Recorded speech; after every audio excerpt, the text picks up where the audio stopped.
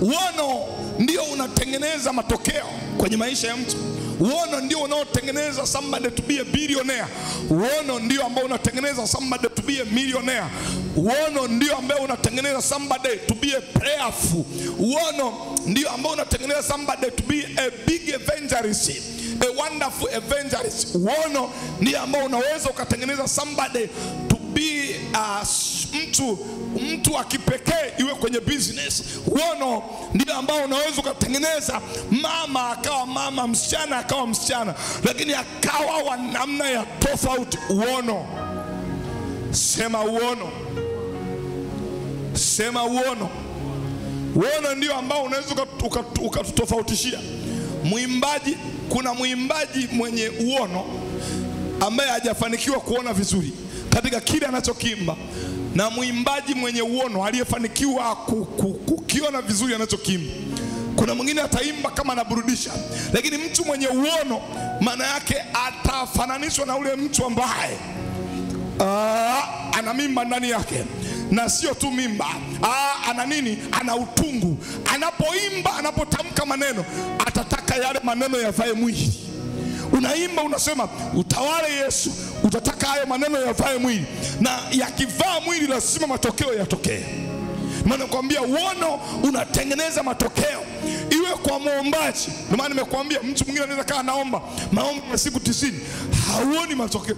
Yako makanisa anafunga maombi 90 singapi, wengine mpaka na 120. But kwa nini uoni matokeo?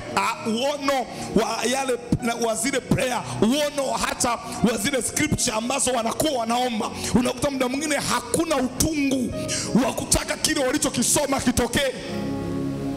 Na ndivyo walivyoamini, na ndivyo walivyopokea. Ndio maana Yesu akawaambia watu, akasema angalieni jinsi mnavyosikia. Angalieni jinsi mnavyosikia. Nimekuambia uono au kuona equals to faith. Na imani huja kwa kufanya nini? Huja kwa kusikia. Sawa sawa na ile Warumi 10:17. Imani huja kwa kusikia. Maana yake kile ambacho watu wanakisikia ndicho kinachoweza kuathiri maisha hata ya wokovu wao. Kinaathiri vipi? Kitaasiri hata nature of praying, nature of singing. Unaabuduje, unaimbeje, unaombeje. Vile unavyoomba imetokana na vile ulivyosikia. Luka sura ile ya 8 mstari wa 18. Luka 8 mstari wa 18.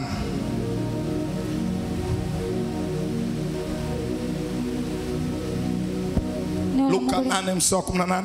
Neno la Mungu linasema, neno la Mungu linasema, jiangalieni basi jinsi msikiavyo. Jiangalieni basi jinsi msikiavyo. Jiangalieni basi msikiavyo. Haleluya.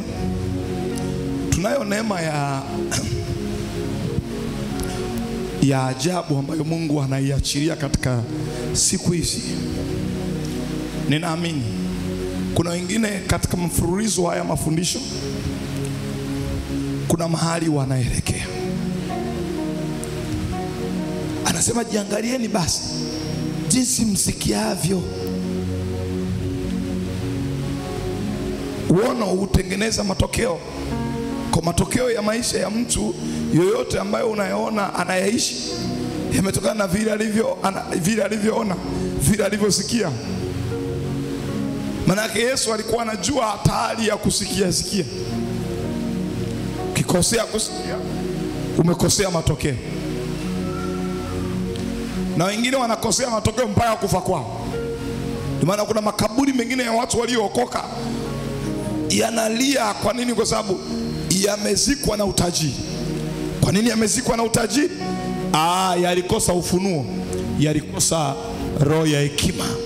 Kwa mtu anakufa akiwa tajiri. Kwa nini anakufa akiwa tajiri? Alisikieje? Alimsikieje Mungu? Alisikieje kwa bali utajiri? Kama alisikia utajiri unakupa kunyenyekesha. Mtu mmoja anasema utajiri unakupa kunyenyekea. Yesu, angalieni mnavyosikia.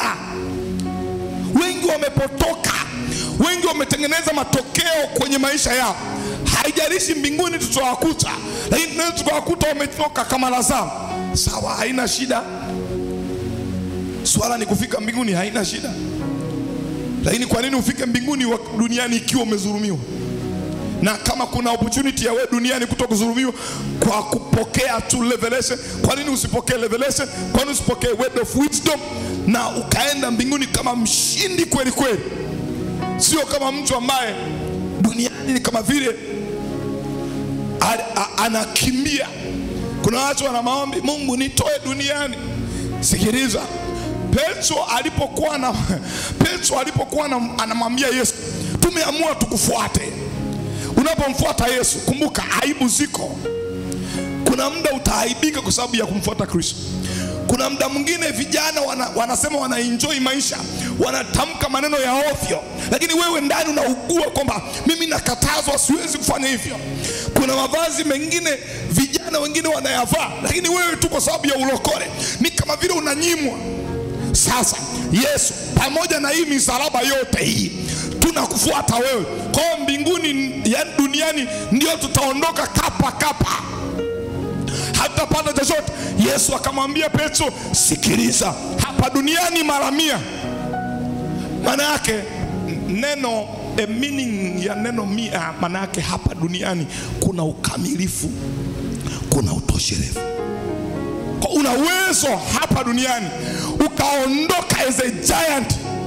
Sio mtu ambaye ni kama vile uliletwa kama vile mtu fulani kanakimbia matatizo. Anamwambia tu Mungu, naomba unitwae. Ukutwae, umetuachia watoto duniani, unasema tukutwae, uende wapi? Naomba nitwae. Utwaliwe uende wapi? Na hata kulelea watoto. Nani atakulelea watoto? Maisha magumu. Nani aliyekwambia mbinguni wanaenda watu walioshindwa, waliokimbia? Mbinguni wanaenda watu ambao hawajakimbia. Ni kama vile tulitumwa duniani kutalii. Tunatalii. Umepewa fursa ya kutalii. Umeshalipiwa na pesa, umeshalipiwa na magari ya kukubeba upite kila viwanja, ili ukifika mbinguni pia uweze kusimulia Tanzania iko hivi, uweze kusimulia Makomamanga yako hivi, uweze kusimulia hata maepo. Saizi yamezuiliwa, maepo yako hivi, nyama ya mbuzi ile iliyochomwa iko hivi. Hata wale wanaochoma vibaya kama ile ya Pugu. Kwa ninyi mnaoishi Dar es Salaam, Pugu ni eneo ambalo wanachoma nyama za mbuzi, ni tamu sana. Pole wewe ambaye hauko Dar es Salaam. Dodoma pia kuna eneo wanachoma nyama ya mbuzi tamu sana. Arusha kuna Engozi, Mwanza kuna maeneo ukila nyama ya kuchoma tamu sana. Sema amina. Uwe una uwezo hata wa kutoa story. Si unaondoka yani kama vile mtu ambaye Biblia ni pana kidogo. Usichukue tu maandiko madhaifu ndio unakoma nayo, yanaweza kashindwa kukusaidia. Maana kuna mtu anachukua tu, Lazaro alikufa bwana, alikuwa anapewa chakula cha makombo ya yule tajiri, haina shida, hata na mimi kama. Afuna ni prayer points hizo Baba. Na kwa sababu unajua namna ya kunukuu vimaandiko hovyo, Baba wewe unajua imeandikwa, atakayetaka kuiponya nafsi yake ataangamia. Mimi nimeamua sasa kuangamia pamoja na wewe, sitaki kuiponya nafsi yangu. Yaangalie mapicho nao yapitia. Angalia naenda hapa kwa mtu fulani kuomba chakula, lakini haya ndio maisha yaliyokuwa maisha ya Lazaro. Kama ambavyo Lazaro aliona mbingu, nami Baba nikumbuke. Sitaki kuja kusikia maombi ya kijinga kama haya. Sitaki kuja kusikia maombi ya kijinga kama haya. Sema amen. Sema amen. Sema amen. Mbona uombi maombi ya kina Ibrahimu? Ibrahimu alikufeje? Mbona uombi maombi ya kina Ayubu? Ayubu alikuwa na utajiri wa namna gani? Tena na magiant. Sisi ni uzao mteule ambao tumelive in neema ya imani kutoka kwa Ibrahim. Mbona huyu yeye ambaye ni baba yetu wa imani alikufeje? Kwa nini usichukue hilo? Unamtafuta tu Lazaro, yani unatafuta tu eneo ambalo kidogo linakubaliana na ujinga wako, ndio unataka na unganganie nalo hapo tu. Yale maeneo yenye nguvu yataki, kwa sababu umeferi, na kuferi kwako kumetokana na kusikia. Kuna namna umefundishwa, ni kama vile wokovu ni aina fulani ya imani fulani nyoro, sijui imekaeje. No, ninakufundisha na ninakwambia in Christ Jesus, wokovu sio kwamba ni imani ya watu dhaifu. Wokovu ni imani ya watu majianti ambayo muda mwingine hata dunia inaogopa. Sema amina. Amen. Watu ambao ulimwengu haukustahili kuwa nao. Unakutana na watu wanasema kweli. Kuna wengine duniani hapa tunashindwa kuwaelewa. Watu wa kuangalia kwenye udhaifu haupo, ila ni dhaifu tu pale Yesu anapoonewa. Yani unakuwa dhaifu Yesu anapoonewa, unakuwa mnyonge Yesu anapotaka kuonewa. Yani wewe ndio kubana kwako.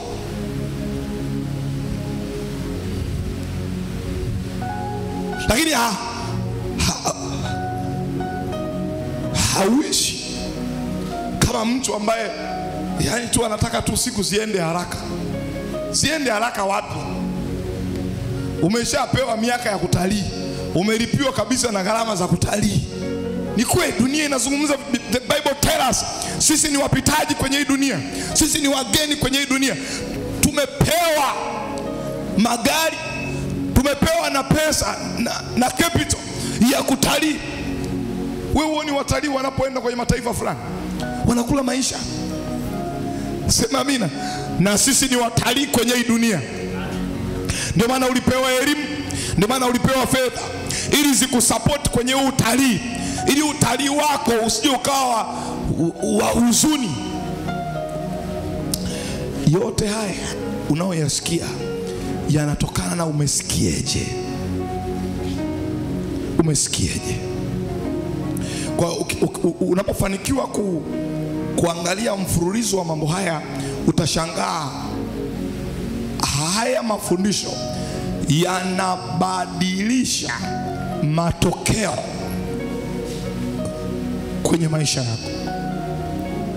Kuomba kwako kutakuwa kawaida, kwa sababu unakuwa ni mtu ambaye unafanya prayer zenye uhakika na huyo Mungu, kwa sababu ya kile ulichokisikia kimetengeneza picha fulani, ambayo hiyo picha sasa imetengeneza mimba, na hiyo mimba ina utungu, na ule utungu unapiga kelele kutaka kuzaliwa, kutaka hicho kitu kitokee. Hautaomba bila kuona matokeo. Utungu utakufanya matokeo yatokee. Hata kama nilisali moja, mwingine amezoea kuomba masaa 6, anafunga siku 90, lakini hajafanikiwa kusikia vizuri. Sifa kwake ni kufunga siku 90. Sifa kwake ni kwamba anafunga siku 3, lakini hajafanikiwa kusikia. Huko unakoomba unatakiwa uombe kutokea wapi? Wewe utajikuta katika maombi yako, kwa sababu ndani kuna kitu kilichoumbika. Kila utakalo litamka neno lolote lazima livae mwili. Unaimba, utashangaa kila namna ya kuimba kwako unakoimba, unashangaa unayaona matokeo. Kwa nini? Kwa sababu huyu kuna namna alivyosikia kuimba.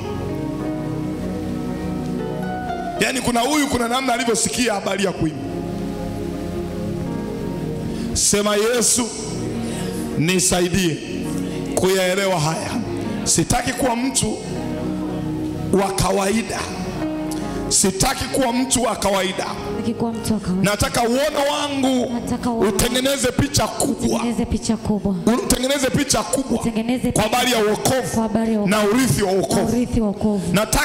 nataka mafundisho haya, nataka mafunuo haya yatengeneze picha kubwa ya utajiri, ya utoshelevu katika nguvu, katika wewe Yesu zilizo ndani yangu, ili nisiwe mwoga mwoga, ili nisiwe mwoga mwoga, ili nisiwe mwoga mwoga, ili nisiwe mwoga mwoga.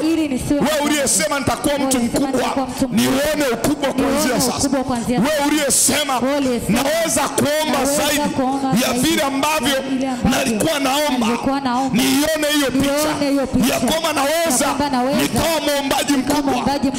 Wewe ambaye ulisema tuna uwezo wa kuwa wakubwa, tuna uwezo wa kuhamisha milima, Yesu, hizo picha ziumbike ndani yangu, ziumbike ndani yangu, ziumbike ndani yangu. Mimi sio mtu wa kawaida, mimi sio mtu wa kawaida, kwa jina la Yesu.